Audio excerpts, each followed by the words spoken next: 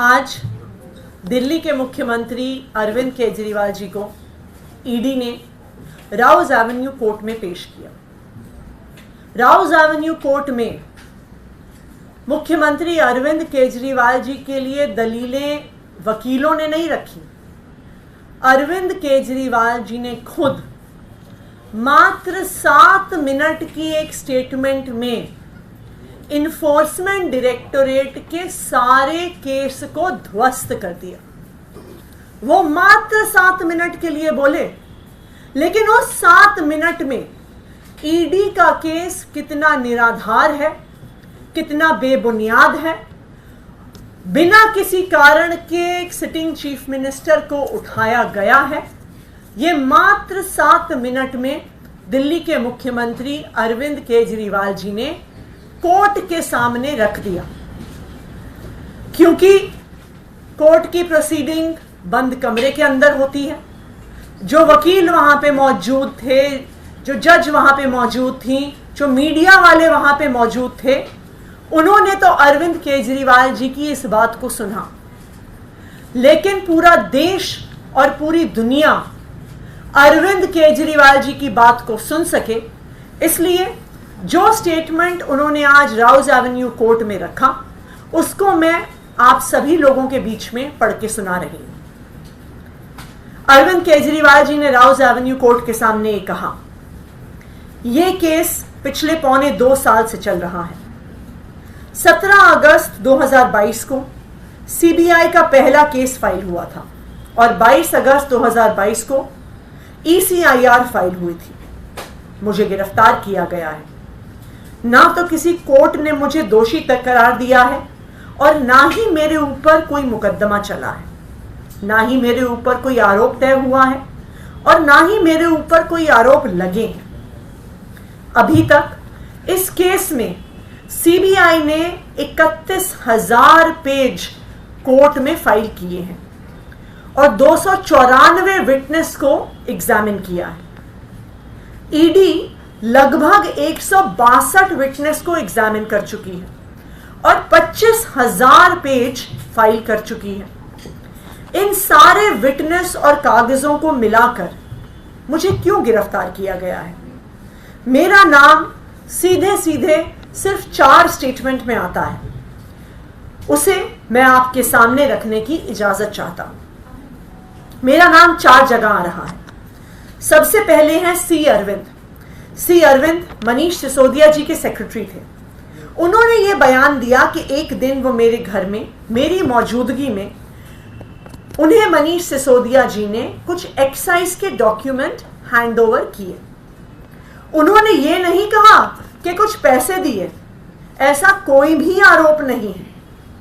Madam, मेरे घर में ढेरों विधायक, मंत्री और अधिकारी आते हैं, उनके सेक्रेटरी आते हैं, वो आपस में खुसर पुसर करते हैं और डॉक्यूमेंट भी एक्सचेंज करते हैं।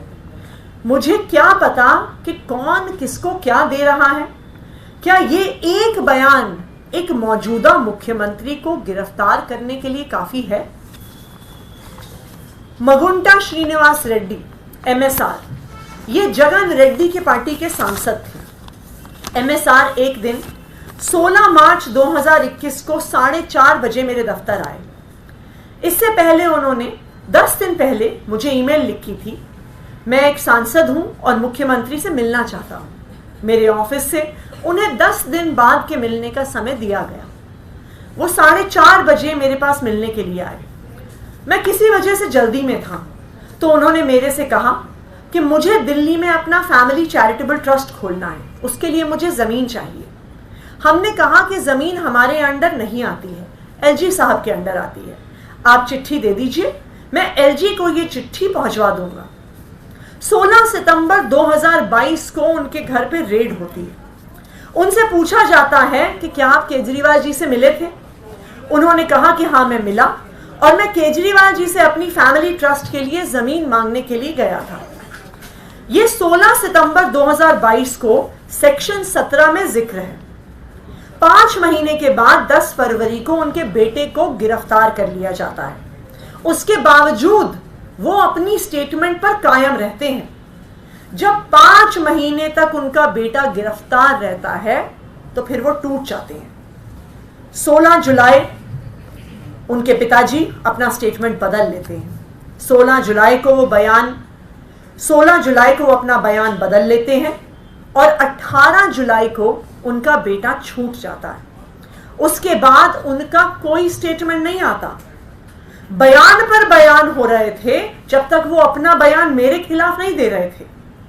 जैसे ही उन्होंने मेरे खिलाफ बयान दिया, बेटा भी छूट गया और बयान होने भी बंद हो गए और 3 अक्टूबर को माफीनामा भी हो गया। मिशन कामयाब हो गया। इसका मतलब ईडी का मकसद केवल और केवल मुझे फंसाना था। सेक्शन 50 में एमएसआर के 3 स्टेटमेंट हुए, तीनों बराबर हैं। इनमें से एक एक स्टेटमेंट को ही तवज्जो क्यों दी गई? क्या जांच की गई कि इनमें से एक सही है और बाकी 2 गलत हैं? जो 25,000 पेज ईडी ने फाइल किए, उन 25,000 पेज में जो केजरीवाल के खिलाफ वाला स्टेटमेंट है सिर्फ उसको लगाया गया, बाकी दोनों स्टेटमेंट्स दबा दिए गए। आखिर ऐसा क्यों है? कोर्ट के सामने तीनों स्टेटमेंट लाने चाहिए थे ताकि कोर्ट डिसाइड कर सके कि सच्चाई आखिरकार क्या है। तीसरा स्टेटमेंट है उनके बेटे का, राघव मगुंटा। राघव मगुंटा को 16 सितंबर को उसके घर पर रेड होती है और उसका बयान दिया जाता है। 10 फरवरी को उसको गिरफ्तार किया जाता है। उसके बाद उसके 5 बयान लिए जाते हैं। उसमें वो यही बोलता है जो उसने पहले बोला है। 5 महीने तक वो जेल में रहता है। उसके बाद 16 जुलाई को जब पिताजी बयान बदल देते हैं तो 18 जुलाई को उसको छोड़ दिया जाता है। उनके 7 बयान हुए जिसमें से 6 में वो मेरे खिलाफ नहीं बोलते और 7वें में जैसे ही वो मेरे खिलाफ बोलते हैं उसके बाद उनका कोई स्टेटमेंट नहीं होता है। उनको जेल से छोड़ दिया जाता है, उनको माफीनामा दे दिया जाता है। ये जो 6 स्टेटमेंट हैं ये रिकॉर्ड में नहीं लगाए जाते। चौथा है शरद रेड्डी। शरद रेड्डी के केस में 16 सितंबर में उसके यहां रेड हुई। उसने मेरे खिलाफ कुछ नहीं बोला। 9 नवंबर को उसने मेरे खिलाफ कुछ नहीं बोला। 10 नवंबर को उसकी गिरफ्तारी हो गई। उसके बाद उसके 9 बयान दर्ज किए जाते हैं जिसमें वो मेरे खिलाफ कुछ नहीं बोलता। उसके बाद 6 महीने गिरफ्तार रहने के बाद 25 अप्रैल को वो टूट जाता है और वो केवल इतना कहता है कि मैं विजय नायर के साथ सीएम साहब के पास गया था। सीएम साहब जल्दी में थे तो सीएम साहब ने कहा कि विजय के टच में रहो, विजय अच्छा लड़का है। मैं केवल ये जानना चाहता हूं कि क्या ये 4 स्टेटमेंट एक मौजूदा मुख्यमंत्री को गिरफ्तार करने के लिए पर्याप्त हैं? नंबर 2, जो 30,000 पेज फाइल किए गए हैं, ये 30,000 पेज के अलावा 1 लाख पेज ईडी के दफ्तर में पड़े हुए हैं जो हमारी बेगुनाही साबित करते हैं, जो हमारी बेगुनाही के सबूत हैं। उनको कोर्ट के सामने नहीं लाया गया। शराब घोटाले का पैसा आखिर कहां है? आरोप लगाया जा रहा है कि 100 करोड़ रुपए किसी साउथ लॉबी ने शराब की पॉलिसी बनाने के लिए आम आदमी पार्टी को दिया। यह जस्टिस संजीव खन्ना का ऑर्डर है। इस मौके पर अरविंद केजरीवाल जी ने, जो जज साहिबा थी, उनको जस्टिस संजीव खन्ना जी का ऑर्डर पकड़ाया। जस्टिस संजीव खन्ना के ऑर्डर में पेज 22 के पैराग्राफ 12 में कहा गया है कि 100 करोड़ रुपए रिश्वत का मामला डिबेट के लायक है। It is debatable. इसका मतलब है कि ये रिश्वत का मामला संदेह में है। इसका मतलब इस रिश्वत के मामले का कोई भी सबूत नहीं है। असली शराब घोटाला शुरू होता है ईडी की जांच के बाद। जब ईडी की जांच शुरू होती है, ईडी की जांच के 2 मकसद थे। पहला मकसद था आम आदमी पार्टी को क्रश करना, आम आदमी पार्टी को भ्रष्टाचारी साबित करना, खुद फैलाना कि आम आदमी पार्टी ने शराब घोटाला किया है। ईडी का दूसरा मकसद था इसके पीछे एक एक्सटॉर्शन रैकेट चलाना जिसके जरिए वो पैसा इकट्ठा कर सके।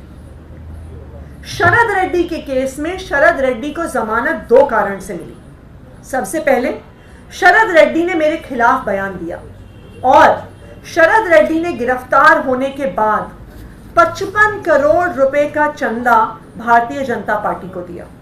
गिरफ्तार होने के बाद 55 करोड़ रुपए के बॉन्ड शरद रेड्डी ने खरीदे और उसके बाद उसे जमानत मिल गई। इससे मनी ट्रेल साबित हो जाता है।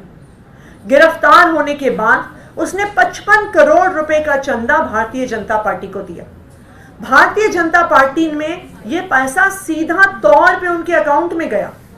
इससे मनी ट्रेल साबित होती है। यही पूरी जांच का मकसद था कि एक तरफ आम आदमी पार्टी को क्रश करना, एक स्मोक स्क्रीन क्रिएट करना और पीछे से एक्सटॉर्शन करना। यह बयान आज दिल्ली के मुख्यमंत्री अरविंद केजरीवाल जी ने राउज एवेन्यू कोर्ट में दिया। यह बयान साफ साफ साबित कर देता है कि उनको सिर्फ 4 ऐसे बयान के आधार पर गिरफ्तार किया गया है जिन बयानों का कोई आधार नहीं है, जिन बयानों को देने से पहले उन व्यक्तियों ने कई ऐसे बयान दिए जहां पे उन्होंने कहा हम अरविंद केजरीवाल को नहीं जानते, हम अरविंद केजरीवाल को नहीं मिले, लेकिन महीनों में जेल में रहने के बाद उनके बयान पलट जाते हैं। तो आज अरविंद केजरीवाल जी ने राउज एवेन्यू कोर्ट के सामने अपना पूरा बयान रखकर ईडी के सारे केस को ध्वस्त कर दिया। आज अरविंद केजरीवाल जी ने अपना बयान सामने रखकर पूरे देश के सामने यह साबित कर दिया कि ईडी का असली मतलब है एक्सटॉर्शन डायरेक्टरेट, कि ईडी का प्रयोग किया जाता है एक्सटॉर्शन करने के लिए। और असली शराब घोटाला शुरू हुआ ईडी की जांच के बाद, जब इस शराब घोटाले की जांच के माध्यम से पैसे शराब कारोबारियों से एक्सटॉर्ट किए गए। Thank you. एक सवाल ये पूछा जा रहा है कि क्या सर केजरीवाल जिस तरीके से लगातार प्रेस कॉन्फ्रेंस कर रही हैं, संदेश पढ़ रही हैं अरविंद केजरीवाल, क्या वो अरविंद केजरीवाल की जगह ले लेंगे आने वाले समय में? देखिए, सुनीता केजरीवाल जी अरविंद केजरीवाल की पत्नी हैं। अरविंद केजरीवाल का पूरा परिवार, आम आदमी पार्टी के हर नेता का पूरा परिवार शुरू से इस संघर्ष में आम आदमी पार्टी के साथ खड़ा रहा है। अरविंद केजरीवाल जब से इंडिया अगेंस्ट करप्शन मूवमेंट में आए, जब से आम आदमी पार्टी बनी, उस पूरे संघर्ष में उनका पूरा परिवार उनके साथ एक चट्टान के तौर पर खड़ा रहा है, उनको सपोर्ट किया है। इस उतार चढ़ाव वाले सफर में, इस संघर्ष में सुनीता केजरीवाल जी, उनके बुजुर्ग माता पिता, उनके दोनों बच्चे हमेशा अरविंद केजरीवाल जी के साथ खड़े रहे हैं, आम आदमी पार्टी के साथ खड़े रहे। आज भी इस मुश्किल समय में भी उनका पूरा परिवार इस संघर्ष में साथ में है और इस संघर्ष में साथ में रहेगा। छगन भुजबल के बाद अब प्रफुल्ल पटेल से जुड़े हुए करप्शन के मामले को सीबीआई ने क्लोजर रिपोर्ट फाइल कर दी है। देखिए, ये बिल्कुल साफ है कि ईडी और सीबीआई का प्रयोग विपक्ष को खत्म करने के लिए किया जा रहा है। विपक्ष के सभी नेताओं के ऊपर एक एक करके केस लगाए जाते हैं। जो भारतीय जनता पार्टी में आ जाता है उसके ऊपर केस खत्म कर दिए जाते हैं। छगन भुजबल के केस में ऐसा हुआ कि ईडी ने कहा कि हमारी फाइल खो गई है, इसलिए हम केस बंद कर रहे हैं, और आज फिर से यही मामला सामने आया है। तो ये बिल्कुल साफ है, जो भारतीय जनता पार्टी में जाएगा वो भारतीय जनता पार्टी की वॉशिंग मशीन से धुल जाएगा। जो भारतीय जनता पार्टी का विरोध करेगा वो सत्येंद्र जैन, मनीष सिसोदिया, संजय सिंह और अरविंद केजरीवाल जी की तरह हिरासत में रहेंगे, जेल में रहेंगे।